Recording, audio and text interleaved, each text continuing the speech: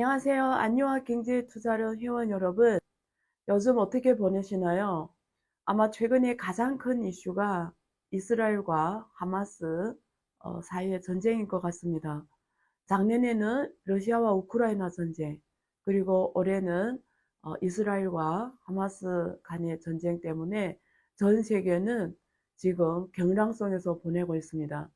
근데 작년하고 올해의 이 두 개의 전쟁이 가장 큰 공통점은 사실은 이 전쟁이 우리 생활에서 가장 중요한 석유, 가스 등 에너지와 관련되기 때문입니다. 그리고 달러가 석유에 패경되어 있기 때문에 석유나 이런 가스 가격이 폭등이나 혹은 폭락은 달러 가치와 연관되기 때문에 모든 국가의 부하고 직결됩니다. 그리고 여러분들이 가지고 있던 자산의 가치와 직결됩니다. 따라서 최근에 글로벌 금융시장, 글로벌 자산시장이 요동치고 있는데요. 전반적으로 작년부터 올해에 이어서 지금 금융시장은 굉장히 안 좋은 상황이고요. 제가 여러 채널에서 방송 출연해서 얘기했던 것처럼 지금 미국 같은 경우에는 어, 인플레이션 그리고 전쟁 등등 여러 가지 국내 경제뿐만 아니라 글로벌 경제 상황 등 이슈 때문에 금리 인상이 계속되고 있고요. 이러한 것들이 지속되면서 지금 내년에는 제가 전망하건대 역대 경제가 가장 어려운 상황이 올 것 같습니다. 올해는 중국이 굉장히 어려운 경제체로서 세계에서 중국 경제가 망하는 거 아니냐. 중국 경제가 피크 차이나 아니냐. 중국 부동산 위기는 지금도 진행 중입니다. 최근에 헝다 시자인 그 창업자가 구속이 됐고요. 제가 그 창업자 시자인의 구속에 관해서 제가 네이버 프리미엄 콘텐츠에서 자세히 다뤘습니다. 이 창업자 시자인의 구속이 중국 정부의 어떤 의도를 말하는가, 앞으로 중국 경제 전망이 어떤 전망이 어떤 시사점을 주냐. 제가 네이버 프리미엄에 중국 경제 콘텐츠가 있는데 거기에서 제가 자세히 다뤘습니다. 관심 있는 분들은 보시고요. 그래서 오늘 이 전쟁부터 시작하게 된 계기는 석유 가격 안정화입니다. 근데 지금 만약에 석유 가격이 계속 올라가고 오펙에서 증산을 하지 않을 경우 지금 전반적으로 계속 감축을 하기 때문에 지금 전쟁까지 일어난 마당에 만약에 오일 가격이 계속 올라가면 인플레이션이 미국에는 엄청난 압력이 되고 또 경제에 엄청난 타격이 되면서 어, 우리 경제는 한참 또 보기 힘든 상황입니다. 그에 따라서 금융시장이 요동치고 있고요. 자, 그래서 제가 지금 더플로 책을 강의식으로 계속 지금 제가 하고 있잖아요. 그래서 오늘은 이런 시대적 배경 맞춰서 어떤 주제를 할까 하다가 제가 여기 제6장은 이 더플로에서 제6장은 이 책이 시대적 운명을 내다본 사람이 불을 거머쥔다. 그러면 과거의 40년 시대의 운명과 우리가 앞으로 살아가야 될 40년 시대의 운명은 다르다고 말씀드렸어요. 그래서 이 책에서는 우리가 미래의 시대적 운명을 읽기 위해서 알아야 될 것들을 제가 챕터 6, 제6장에서 시대적 흐름, 미래의 방향과 우리의 준비라는 장에서 준비를 했는데요. 이 중에 제4절 글로벌 자동차 산업의 패러다임이라는 장이 있습니다. 그래서 지금 이 석유가스의 가격에서 가장 영향을 크게 받는 산업이 자동차 산업입니다. 그래서 미래 글로벌 자동차 산업의 큰 흐름에는 지금 에너지 가격의 변동, 그리고 결국 이거는 국제 정세의 변동과 연관되는 부분이 있고요. 그 큰 배경에는 지금까지 자동차 산업은 전통 자동차였고요. 주로 석유 가스를 엔진으로 쓰고 있습니다. 그래서 앞으로 만약에 이 석유나 가스 이런 가격이 안정화가 되지 못하면 글로벌 자동차 산업이 어떻게 변해갈까? 큰 움직임이 뭘까? 패러다임 뭘까? 이런 것들이 중요한 이슈잖아요. 제가 이 책에서 정리할 때는 어떤 측면에서 제가 정리를 했냐면 글로벌 자동차의 패러다임의 큰 흐름에서 앞으로 글로벌 자동차 산업에서 가장 큰 미래는 친환경 모빌리티라는 키워드입니다. 친환경 모빌리티. 친환경이라는 키워드가 들어갔는데요. 친환경은 결국은 석유나 가스를 덜 쓰는 거예요. 그래야 우리가 탄소 배출을 줄일 수가 있거든요. 그래서 앞으로 내연기관 자동차에서 신재생 에너지 전기 자동차로 변해 간다고 제가 차에서 서술을 하고 있습니다. 근데 내연기관 자동차에서 신재생 에너지 전기 자동차로 변해감에 있어서 여러분은 그냥 에너지 원동력이 신재생 에너지로 변해가는구나 이렇게 생각할 수가 있는데 아닙니다. 이게 사실은 엔진이 기본 엔진이 변해가면은 앞으로 글로벌 자동차 산업의 큰 흐름은 이렇게 변합니다. 모빌리티, 그 다음에 친환경 모빌리티죠. 그 다음에 자율주행, 여기에 스마트카 개념이죠. 스마트카. 우리가 스마트폰하고 같은 개념입니다. 자동차가 스마트카가 되는 거죠. 세 번째는 신재생 에너지 원동력을 신재생 친환경 에너지로 쓴다.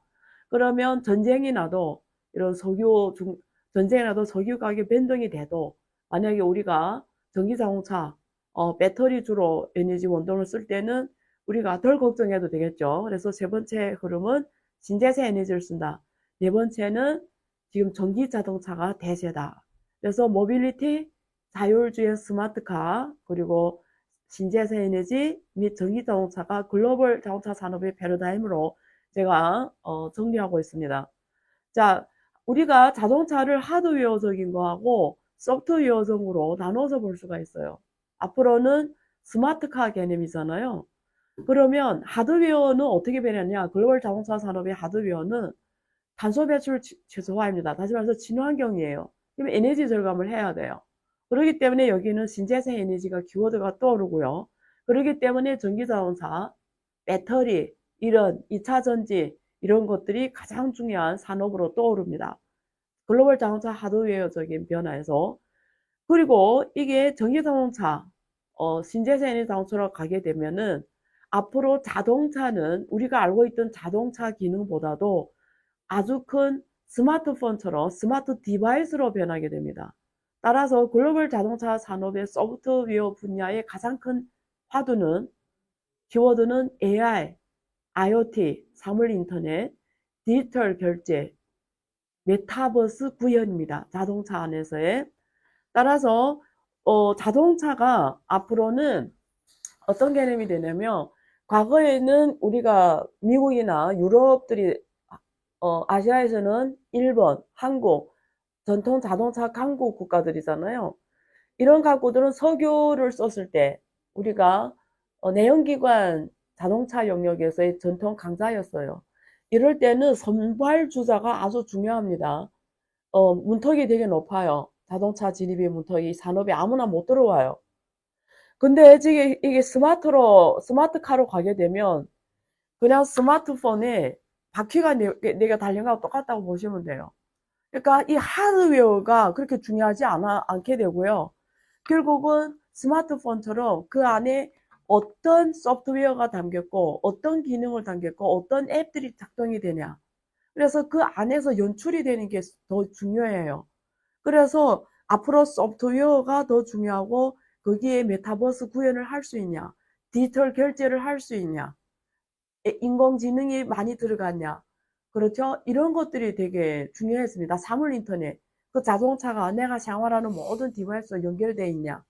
내가 생활하는 모든 환경하고 연결되어 있냐. 그래서 자동차 산업은 누가 혼자 할 수 없게 됩니다. 앞으로는. 자동차 산업은 점점 하드웨어는 간단해지고, 왜냐면 옛날은 석유 엔진, 가솔린 엔진 이런 거 쓸 때는 굉장히 고기술, 하이테크였는데, 이게 배터리로 바꿔되면은 자동차를 뜯어보면 안에 몇 개, 기관이 없어요. 누구나 할 수 있게 된 거예요. 진입이 확 낮아졌어요. 전기자동차로 가면서. 결국은 핵심이 배터리 성능이 중요해진 거예요. 그래서 배터리를 잘 만드는 중국, 한국, 일본 이런 나라들이 미래의 오펙 국가가 된 겁니다. 우리가 석유를 생산하는 국가들이 중동 석유 국가들 우리가 오펙 국가라고 했잖아요. 석유 가격을 좌우지하잖아요. 오펙 국가들이 단합해서. 근데 앞으로는 배터리를 잘 만드는 국가들이 오펙 국가가 되는 거예요. 신흥 오펙 국가. 그래서 자동차는 하드웨어적인 기술 장벽이 낮아지는 대신에 이런 배터리, 이런 경쟁력이 엄청 중요해지는 거예요. 두 번째, 앞에서 말씀드린 대로 그 안에서 구해낼 수 있는 소프트웨어가 중요해지니까요. 자동차 메이드하는 이런 업체들은, 제조업체들은 IT 기업들하고 협력을 해야 돼요. 중국 같으면 텐센트, 이 B2C, 일반 대중을 상대로 하는 이런 IT 회사들 있잖아요. 알리바바, 텐센트, 이런 기업들이 자동차 회사 손을 잡는 건 필수예요. 아니면 애플처럼 중국의 뭐 화웨이나 이런 기업 자기가 직접 자동차를 만드는 거예요. 중국의 샤오미 자동차를 만든다고 했어요. 그러니까 이제는 IT 회사들이 자동차를 만들겠다고 나서는 거예요. 왜냐면 안에 소프트웨어가 중요해지니까 이제는 자동차 산업에서의 강자가 이런 옛날처럼 GM이나 이런 전통 자동차를 잘 만드는 제조업 능력이 중요해진 게 아니고 그 안에 소프트웨어적인 능력이 중요해지다 보니까 오히려 IT 업체들이, ICT 업체들 더 중요해진 거예요. 얘네들 더 강자인 거예요. 얘네들이 애플카가 나온다, 뭐 화웨이카가 나온다, 뭐 쇼미카 나온다, 뭐 이런 거로 가는 거예요. 그래서 자동차 산업이 융복합 산업이 돼버린 거예요. 그리고 그 안에서 내가 자율주행 자동차로 간다고 생각하면 내가 아무것도 안 해도 됩니다. 그러면 옛날에 운전이나 앞으로는 운전은 취미예요. 하고 싶은 사람들이 하는 거예요. 그럼 저처럼 운전하기 싫어하는 사람들은 자율주행 자동차 시대를 오매불만 기다리거든요. 그럼 자동차가 아마 알아서 가게 되면 저는 자동차를 뭘로 쓸까요? 제가 일하는 장소로 될 거고요. 제가 잠자는 호텔이 될 수도 있고. 그렇죠? 그러니까 자동차는 앞으로는 스마트폰처럼 되는 거예요. 나한테 엔터테인먼트 기능도 주고, 나한테 일할 수 있는 작업 환경도 줄 수 있고, 그리고 거기서 메타버스 구현이나 이런 것 때문에 내가 거기서 작업을 글로벌 인재들하고 하나의 메타버스 플랫폼에서 작업도 같이 할 수 있는 이런 복합적인 디바이스가 되는 거예요. 그래서 이런 자동차 시대가 왔다라는 게 제가 이 책에서 주로 자세하게 다루고 있습니다. 그래서 관심 있는 분들 혹은 이쪽에 투자하시는 분들은 이런 영역에서 각 국가별로 경쟁력이 크게 변합니다. 오늘은 이스라엘 하마스 전쟁을 계기로 그 중에 가장 크게 영향받는 산업이 자동차 산업을 계기로 제가 미래 자동 글로벌 정사 패러다임에 대해서 여러분들이 지혜로운 투자 그리고 나의 커리어의 재설계 여러분들이 나의 100세 인생의 커리어 재설계도 이런 흐름에 맞춰서 진행이 되어야 될 것 같습니다. 여기까지 하겠습니다. 시청해 주셔서 감사합니다.